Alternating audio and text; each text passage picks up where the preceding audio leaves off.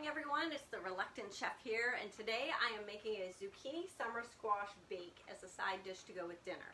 Thought I would come live and show you a few tools that we're going to be using to make our life a little easier. So this is called a simple slicer. It has 3 settings on it: thin, thicker, and thickest right here, and it has a food safety guard that is a must-have. Hi, Lorraine.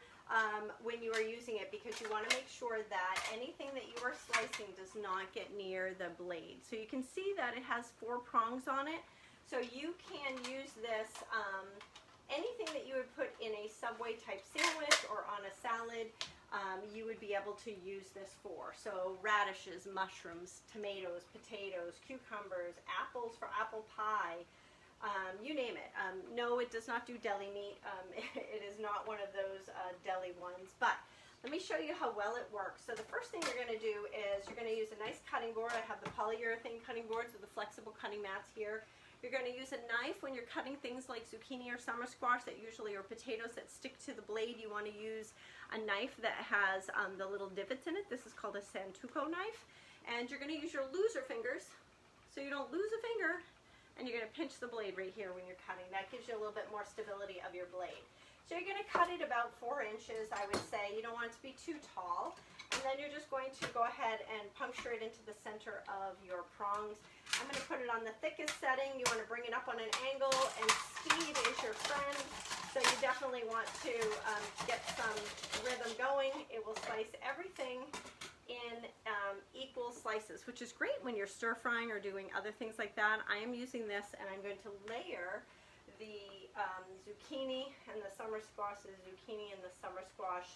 in a stoneware baking dish. And then I'm going to use my deluxe cooking blender here, and I'm going to put some Parmesan cheese in it in just a second. I'm going to show you guys. Like, look at how pretty this is going to look. You can add tomatoes in the middle of this if you want, which I might, because we have a whole bunch. You can see it on the counter. I'll show you my messy counter, but do you see all those tomatoes on the side of the sink from our garden?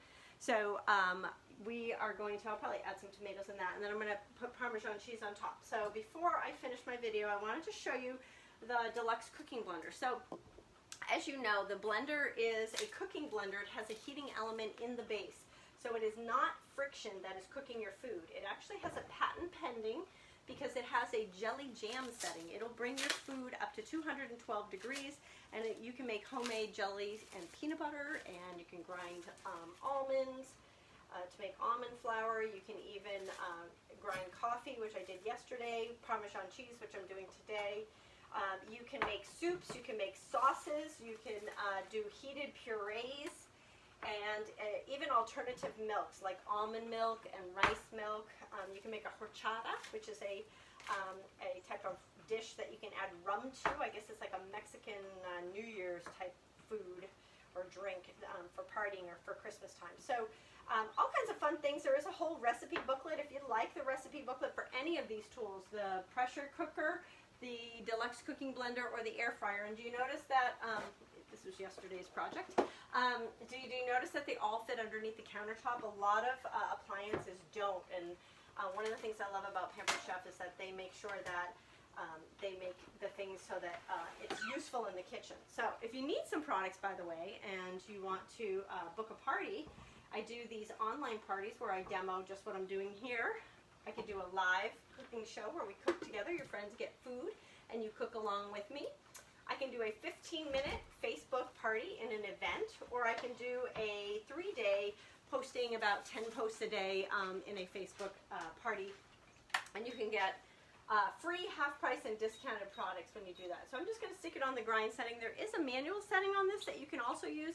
If you're doing like a fruit smoothie, there's a smoothie button, but if you want to just grind or pulse, there's a pulse button, or you can turn it into 3 different speeds and cook on that. So I'm just going to push the button, and I'm just going to grind the Parmesan cheese to the right fineness that I want, and then I can go ahead and put that in a container, and I'll bring it.